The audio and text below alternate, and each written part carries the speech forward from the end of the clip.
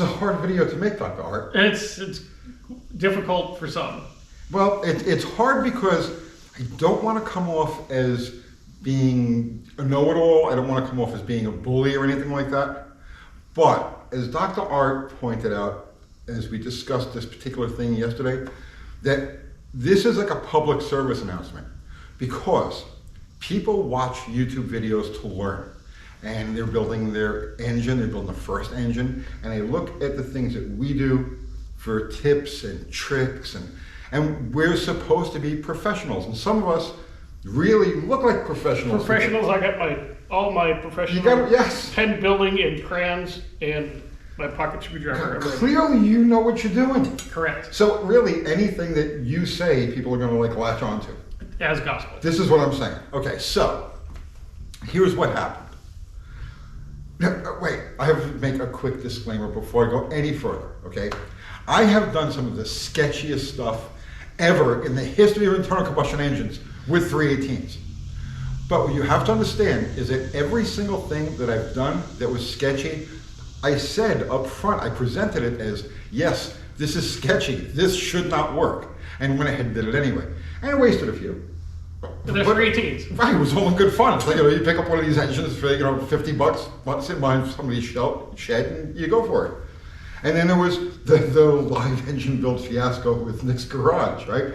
Where we took literally a pile of random junkyard scrap parts and screwed it all together.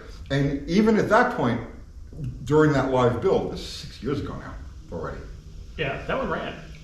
It ran, right? It ran badly. But I even said to Nick, like live, right? I said, Nick, when you put this thing on the dyno and you push the lever, squint, because it's going to come apart. And I sent him a bag of oil dry too. I put an Uncle Tony's Garage sticker on a bag of oil dry and sent it up to Canada. Because I knew. Courtesy. Yes. Professional courtesy. So I had to get that out of the way because, yes, I'm known for doing sketchy stuff with 318s. There you go, there's the perfect example, right? Right. So, okay, let's go on with this. So, channel called Engine Power, who actually they happen to be located about 25 miles to the west of us over in Franklin. Channel called Engine Power did a 318 build-up, and they did 2 installments of this. The first one, they took a 318 out of a junkyard, right? They paid $1,000 for it, but they took a 318 out of a junkyard. It's a Franklin junkyard. Stuff more expensive. Franklin junkyard, exactly. Yeah. It's very posh. Yeah.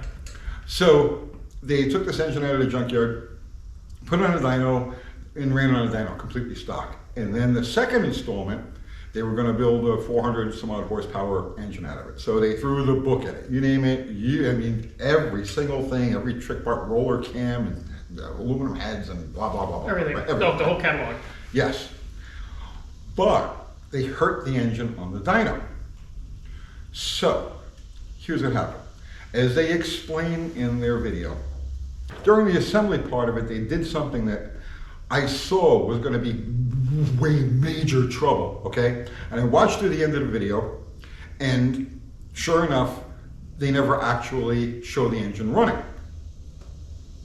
This much of a... Like 1 second of it, idling, and that's it, okay? And then they go on to explain that while they were doing a pull on it, a dyno pull on it, that the oil pressure dropped like 10 PSI, and they were like, oh my God, and they shut it off. All right, so I saw exactly what happened as I'm watching the video. And I'm gonna show you guys exactly what went on. And we're doing this so that nobody makes this mistake. That video, their video has 150,000 views. How many people who are contemplating building a small block Mopar are watching this video looking for tips and tricks from professionals? Professionals with, and doing everything they did step by step. Step by step, and a clean laboratory. Yes, yeah, exactly. Yeah. All right, so here's what happened. For some reason, they decided that they were going to put pipe plugs in the end of the oil galleys here. So they threaded them and they installed pipe plugs. I guess we should show the clip of them doing that right now. Right, yeah. Insert here at 5:32 on their video. Oh, you know exactly what? Yeah. Oh, look at this, okay. We tapped the front lifter galleries for pipe plugs for serviceability, but ensured that they do not block off the oil feed galleries in the block. We'll reuse the stock thrust plate, and the bolts are torqued to 18 pound-feet with locking compound. Okay, so here's the problem with this, and in order to understand it completely, I'm going to first show you the oil flow through the engine. Okay.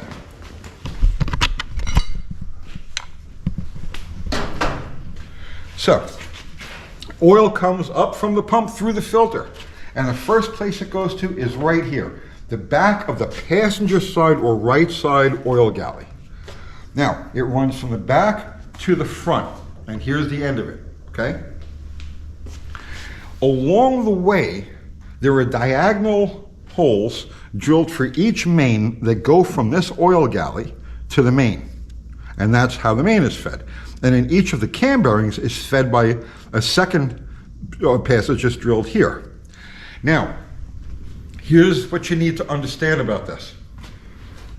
The oil to that main is fed through a tiny passage right here. It's like an undersized passage right in here. So, Doctor, you got that that screwdriver? The engine building screwdriver? Yes, here's the engine building screwdriver. Now, remember the part of the video where they're screwing the pipe plug in, right? All right, so I'm going to take the screwdriver and go to the end of the oil hole, and that is our total depth of the hole. That you can screw something in there. That's the end of the oil galley, so the oil passage. So, in other words, by screwing that in there, they blocked this off. When they blocked it off, they blocked off oil to the #1 main, they blocked off oil to the #1 cam bearing, and they blocked off oil to the driver's side lifter galley. I know in the video they said that they checked, but I'm showing you exactly where that passage is. So from the factory, on the earlier engines, they used to use a very shallow pipe plug in each of these holes. Not a pipe plug, I'm sorry, a core plug in each of these holes. And then in later engines, where's that, this is a camshaft thrust plate, and you see these two indentations there. Well, those cap them like that. And as far as the factory is concerned, that's enough to keep the oil in the galleys and going where it's supposed to go. So that is a major problem. If you are doing anything with a small block Mopar, do not, under any circumstances, tap and put a pipe plug in there. You will absolutely cut off oil. The first thing that's going to go is the #1 rod bearing, because it needs the most oil. The rod bearing goes first, then the main bearing, and at the same time the cam bearing is getting eaten up. So, did I explain that thoroughly, Dr. Art? Yeah, but I have a question. Yes. Yeah, let's put that camera back Okay. on the thing. And we can sit here and we can discuss. Good? Okay, good. I have a question. Yes, sir. If they blocked off the oil passage here to basically the front and this whole side of the lifter, Yes. even with their fancy roller cam, Right. Hydraulic roller cam. hydraulic roller cam, Okay. how did it run when the lifters have no oil? Okay, it will run because when the lifter is completely collapsed, there's no oil in it at all.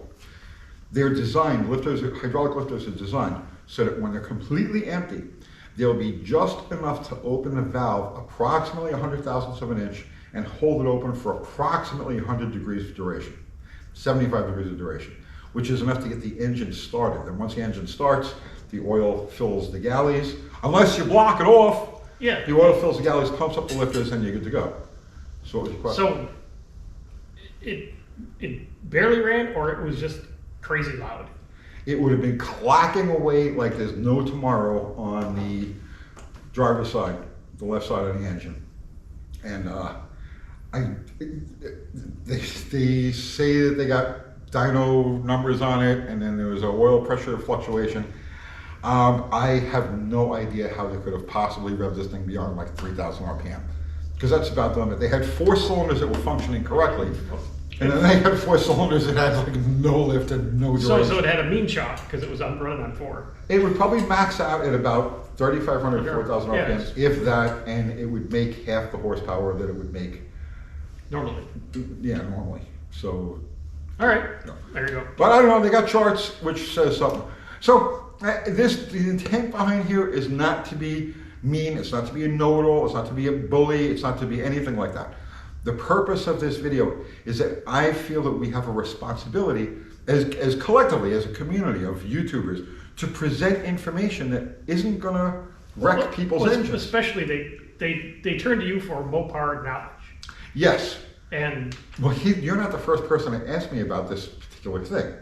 You were just distraught about the camel's back, and you were like, well, it's a public service, you should do this video. right. Now, one other thing I have to point out here. This is really important, okay? When I saw this video the first time, they posted it 3 weeks ago. It's got 150,000 views right now. They posted it 3 weeks ago. I watched it the day after they posted it. And as soon as I saw what went on, I commented. Okay, I commented and said that I believe your problem, I was trying to be nice, I was trying to be very subtle. I believe your problem has to do with the blocking the oil passage on the right side. And they responded that no, they checked and none of the oil passages got blocked off.